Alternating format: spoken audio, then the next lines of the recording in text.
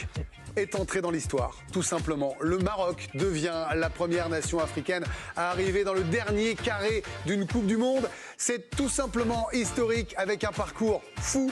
Le Maroc a battu le Portugal 1-0. On va débriefer cette rencontre et puis on parlera, parce que dans 2 heures, ça arrive, de la France qui joue contre l'Angleterre. Objectif pour les Bleus de Didier Deschamps, un France-Maroc. Autour de la table, ce soir, Alicia Deby. Bonsoir Alicia. Bonsoir Greg. Dominique Grimaud, bonsoir Dominique. Greg. Bonsoir Karim Benani. Salam alaikum mon cher Grégory. Voilà, vous êtes évidemment aussi heureux. Pareil pour Benoît Trémunas. Bonsoir Benoît. Bonsoir Greg. Jérôme Alonso, bonsoir Salut, Jérôme. Et Raphaël Sabaoun. On aura le marquage à la culotte de Jonathan O'Donnell. On parlera de ce France-Angleterre. Est-ce que Mbappé peut être encore une fois le héros des Bleus? On se demandera qui on attend le plus. Vous allez voir, réponses diverses et variées.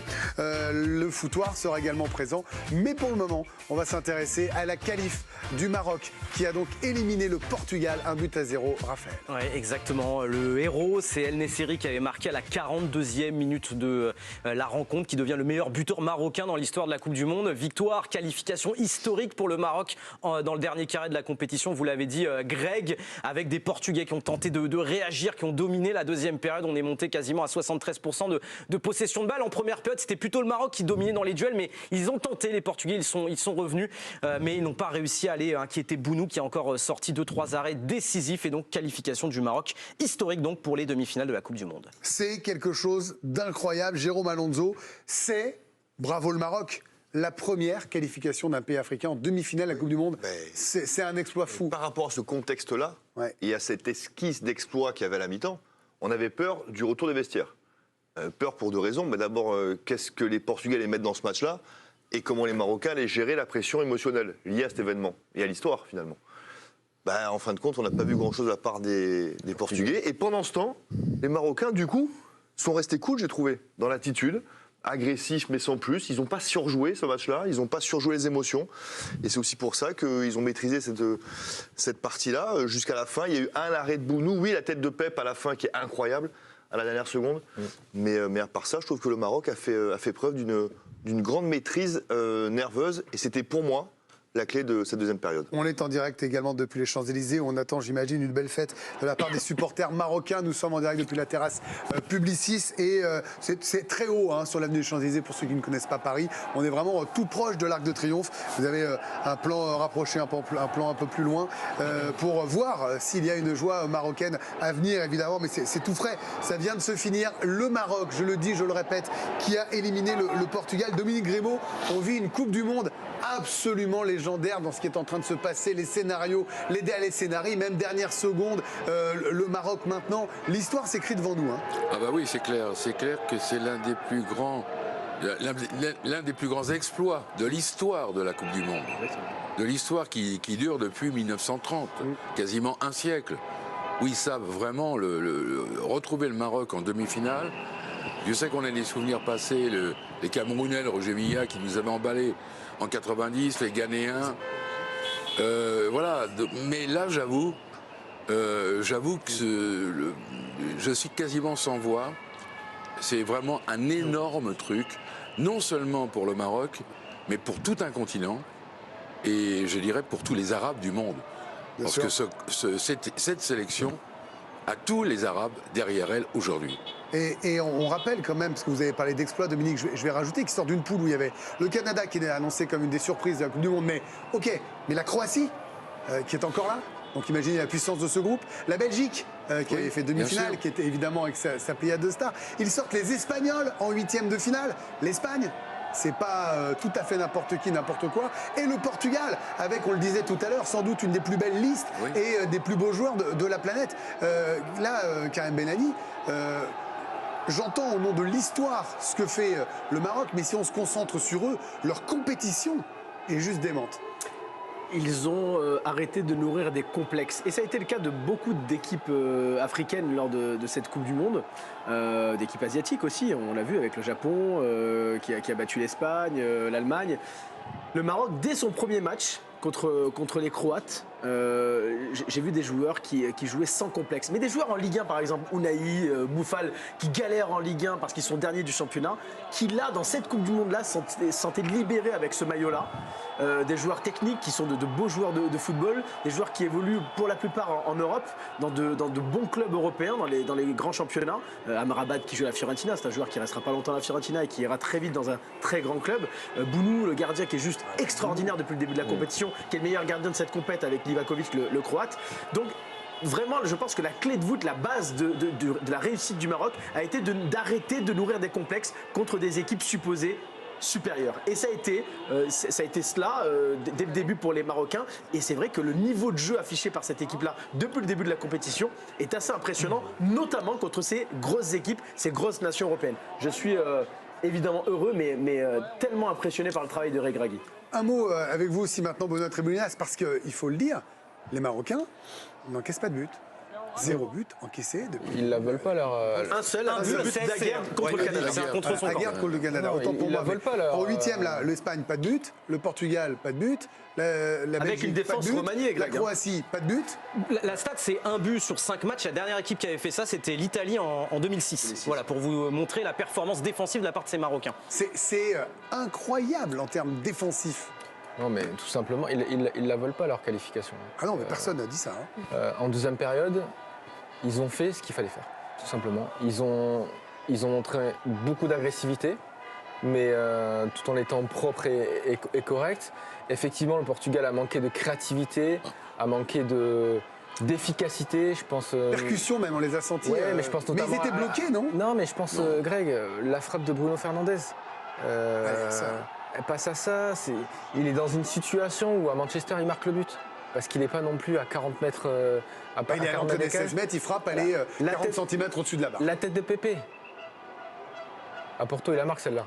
Parce qu'il est à 4-5 mètres du but, il a juste la mettre. Il a mis juste 100 sa carrière comme ça. Non, mais il a juste la mettre à la mettre d'où elle vient. Il y a un petit peu de réussite, effectivement, pour les Marocains. Mais malgré tout, ils ont la balle du 2-0. Ils ont la balle du 2-0 parce que. Ils en ont même deux. Ouais, parce qu'ils y ont cru, parce qu'ils ont bien défendu. Et surtout, ils ont bien contre-attaqué. Hein. Ils ont tactiquement, on peut le dire, ils ont battu le Portugal. Hein. Ouais. Il est 18h06, on va filer sur les Champs-Élysées où nous attend Charles-Antoine Nora qui est notre envoyé spécial. Sur les champs, racontez-nous ce qui se passe. On imagine que la joie marocaine est en train de commencer à se faire entendre. Ouais, bonsoir Greg, bonsoir à tous. Exactement, c'est ça. Depuis quelques minutes, les supporters marocains prennent place sur les Champs-Élysées. Alors c'est vrai qu'à la mi-temps, déjà, les forces de l'ordre ont commencé à boucler une partie de la plus belle avenue du monde. Et là, en ce moment, plusieurs groupes de supporters se rassemblent, comme vous pouvez le voir sur ces images. Et on imagine que l'ambiance, évidemment, va monter de minute en minute pour fêter cette qualification marocaine. Merci Charles-Antoine, vous intervenez quand vous le voulez. Bon, pour ceux qui ne connaissent pas Paris, même s'ils ont l'habitude de ces images, là quand ça tourne déjà, c'est un miracle, hein, parce que normalement c'est embouteillé tout le temps. Donc là, profitez-en, limite circulez maintenant. Hein, ouais, dans un quart d'heure, vous ne pourrez plus, c'est un quart d'heure. Alicia. Tant qu'on est sur la joie des Marocains, alors là on était à Paris, quelques images aussi depuis le stade, des supporters qui étaient... Eh bien, tout simplement les plus heureux du monde lors de ce match. Belle image de ce mondial. Et il y en a un qui l'a vécu à fond, ce match, c'est Amin Harit, très actif sur les réseaux sociaux depuis le début de cette Coupe du Monde. Il n'a pas arrêté de tweeter pendant le match avec tous ces emojis, ces smiley cœurs, je les aime trop. Et puis ce dernier tweet qui manifeste de toute sa joie, magnifique, mes frères. Amin Harit, forcément... peut-être un petit peu déçu de ne pas participer non plus à cette victoire, mais très heureux pour ses coéquipiers. La joie qui contraste avec les larmes de Cristiano Ronaldo, les larmes de Neymar, je vous les montrais hier. Cette fois-ci, ce sont celles de Cristiano Ronaldo qui est ressorti en larmes dans le tunnel. Et le Maroc qui a réalisé un exploit retentissant. On avait parlé de ce chiffre, par exemple, un but encaissé en 5 matchs. La dernière équipe qu'il avait fait, c'était l'Italie en 2006. Le Maroc n'a perdu aucun de ces 6 matchs de la Coupe du Monde. C'est aussi un exploit retentissant. C'est une première pour une nation africaine également. Et puis, Regragui en demi-finale de Coupe du Monde après 8 matchs, parce que ça fait 8 matchs seulement qu'il entraîne cette équipe. Et bien, c'est le plus petit total à atteindre ce stade depuis Gloria en 1966 à la Coupe du Monde, le coach portugais. Il est 18h10. place, on peut vous dire que l'Argentine, la Croatie, le Maroc, la France ou l'Angleterre, le champion du monde se trouve parmi ces 5 nations. Elles ne sont plus que 5, elles ne seront plus que 4 tout à l'heure. On parlera des Bleus face à l'Angleterre. Mais vous avez l'Argentine, Croatie. Je ne dis pas que c'était attendu, mais en tout cas, ce sont des nations qui ont l'habitude de monter à ce niveau-là. Ce n'est pas du tout le cas du Maroc, hein, Benoît. Effectivement, et juste une petite parenthèse. Le GOAT, Messi, est toujours là. Ah oui. Ah non, mais bien sûr. Mais il faut le souligner, parce que je pense que de Cristiano, de Neymar, de Messi, de Mbappé, on a peut-être en attendait le moins ce Messi, parce qu'on... Vous trouvez, on pensait, si vous ouvrez la parenthèse, non, mais... moi je trouve que Messi, quand même, on a l'impression que c'est sa mission, sa compétition. Moins bien entouré que certains. Oui. Et à lui tout seul, il qualifie l'Argentine. Voilà, l'Argentine est en demi. Messi est toujours là, Neymar éliminé, Cristiano éliminé. Ah oui, non, mais on espère que Mbappé sera là. Mais à votre question, quand vous dites oui, Maroc moins habitué, tout est possible. Évidemment, maintenant, tout est possible. Quand on se réfère à de grands exploits dans l'histoire du foot, pensez à la Grèce en 2004, alors qui est basé évidemment un peu comme le Maroc aussi, même si je trouve que le Maroc joue un peu mieux que la Grèce en 2004, tout sur la défense. J'ai vu jusqu'à Aristéas devant et ils ont gagné l'Euro. Le Danemark en 92, qui est appelé en dernière minute et qui finalement gagne l'Euro. Oui, mais ça n'arrive pas en Coupe du Monde généralement. Non, ça arrive à l'Euro, mais il y a de gros exploits en Coupe du Monde. Oui, mais des équipes qu'on n'attendait pas en demi-finale de Coupe du Monde. En 94, par exemple, Bulgarie et Suède, on les attend pas en demi-finale de la Coupe du Monde. Et ils sont en demi-finale de Coupe du Monde à ce moment-là, avec des générations dorées. Je pense à Stoïkov et Lechkov et consorts, mais cette équipe de Bulgarie qui nous bat et qui nous prive de Coupe du Monde. Bien sûr, la Corée qui va en demi-finale. La Turquie, souvenez-vous aussi, à la Coupe du Monde 2002. Donc, honnêtement, tout est possible. On savait que c'était possible déjà pour cette équipe marocaine quand elle avait réussi à battre la Belgique. Moi, je trouvais qu'il y avait quelque chose qui s'était fondé. Ici, je vous ai tous entendus chanter, presser les louanges du Maroc. Ah ouais, franchement. Là, personne n'est vraiment surpris. Rien n'est impossible pour eux maintenant. Et d'ailleurs, Greg, j'ai une pensée pour un homme ce soir, sans démagogie aucune. C'est Vaïd. Et il dit quoi? Parce que j'aimerais savoir en quel état il est en fait. Est-ce qu'il est. Parce que c'est quand même lui qui les a amenés là. Oui. Il a ce groupe-là depuis 2-3 ans. Oui, sans la star de l'équipe qui sans Ziyech. On a obligé d'avoir une pensée pour lui parce que Regragui ne bosse pas sur une feuille blanche non plus. C'est bien le problème. C'est une sélection qui bosse bien depuis pas mal d'années.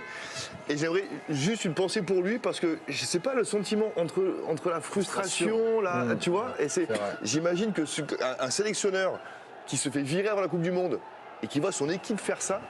Mais sans minimiser le travail de Regragui qui est colossal depuis le début de cette compétition. Ne pas voir figurer dans le dernier carré ni l'Allemagne, ni l'Espagne, ni le Brésil, ni le Portugal, encore moins l'Italie. Et ni la France ou l'Angleterre. C'est extraordinairement rare dans l'histoire de la Coupe du Monde.